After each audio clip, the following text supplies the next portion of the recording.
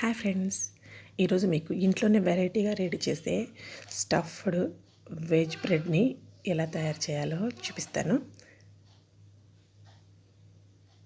దీనికి ముందుగా నా ఛానల్లో వీడియోస్ కనుక మీకు నచ్చినట్లయితే నా ఛానల్ని సబ్స్క్రైబ్ చేసుకోండి. నా ఛానల్లో వీడియోస్ మీకు నోటిఫికేషన్ రూపంలో వస్తాయి. పక్కన ఉన్న గంట సింబల్ని ప్రెస్ చేయండి. నా ఛానల్లో వీడియోస్ని లైక్ చేయండి, షేర్ చేయండి. ఓకే ఫ్రెండ్స్, ఇంకా లేట్ చేయకుండా ఛానల్లోకి ఎంటర్ అయిపోదామా. దీనికోసం నేను బ్రెడ్ ప్యాకెట్లో స్లైసెస్ని ఈ విధంగా ఫ్రై చేశాను. వీట్ బ్రెడ్ తీసుకున్నానండి. మైదా కన్నా వీట్ యాక్చువల్గా బెటర్ కదా, అందుకు వీటిని 2 సైడ్స్ బాగా రోస్ట్ చేశాను. గీ యూస్ చేశాను. నెక్స్ట్ కడాయిలో ఈ విధంగా ఆయిల్ వేసుకొని ఇందులో అల్లం తురుమేశాను. నెక్స్ట్ గార్లిక్ని సన్నగా కట్ చేసి ఈ విధంగా వేసుకున్నాను. నెక్స్ట్ క్యారెట్ ఇలా తురిమి పెట్టుకున్నాను. క్యాప్సికమ్ ఇలా కట్ చేసి పెట్టుకున్నాను. మీరు ఇంకా ఉంటే బీన్స్ యూస్ చేయొచ్చు, క్యాబేజీ కూడా యూస్ చేయొచ్చండి. నెక్స్ట్ ఆనియన్స్ వేసాను, ఇందులో కట్ చేసిన ఆనియన్స్.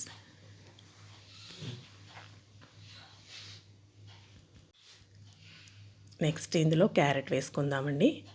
వెజిటబుల్స్ బాగా ఎక్కువ వేసుకోండి. నేను ఒక ప్యాకెట్ బ్రెడ్ యూస్ చేస్తున్నాను. నెక్స్ట్ క్యాప్సికమ్ వేసాను.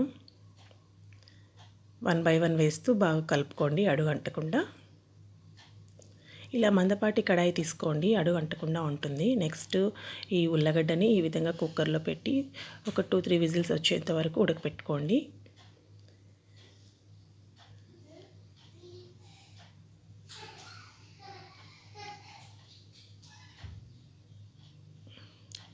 చాలా కలర్ఫుల్గా ఉన్నాయి కదండి వెజిటేబుల్స్.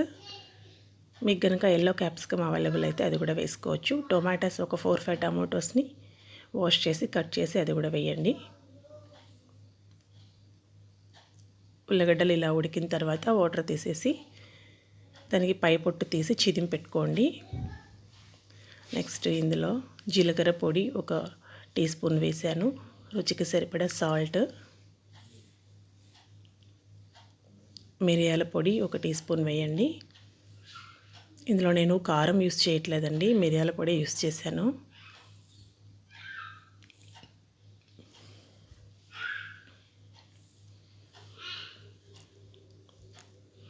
కొద్దిగా కారం కావాలంటే యూస్ చేసుకోండి మీరు. గరం మసాలా పొడి జస్ట్ కొద్దిగా వేయండి రుచి కోసం. ఈ విధంగా మొత్తం ఇలా మెత్తగా కుక్ అవ్వాలి.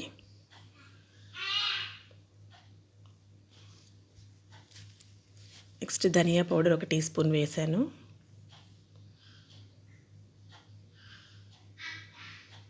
ఇదంతా బాగా దగ్గర పడేలా చూడండి.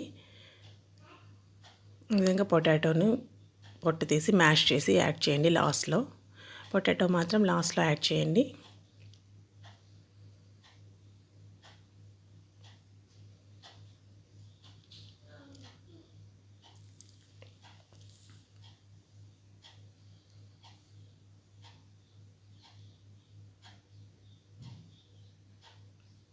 అంతే అండి, మీకు వెజ్ స్టఫింగ్ రెడీ అయింది. ఇంకో పక్క బ్రెడ్ స్లైసెస్ రెడీ అయ్యాయి. ఇప్పుడు దీన్ని తీసేసి ఈ విధంగా బ్రెడ్కి స్టఫింగ్ పెట్టండి.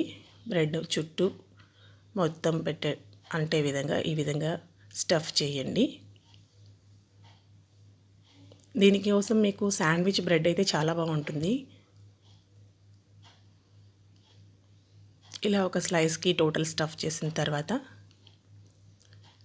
ఇంకొక స్లైస్ పెట్టండి దాని మీద. అంతే friends, tasty stuffed bread sandwich ready.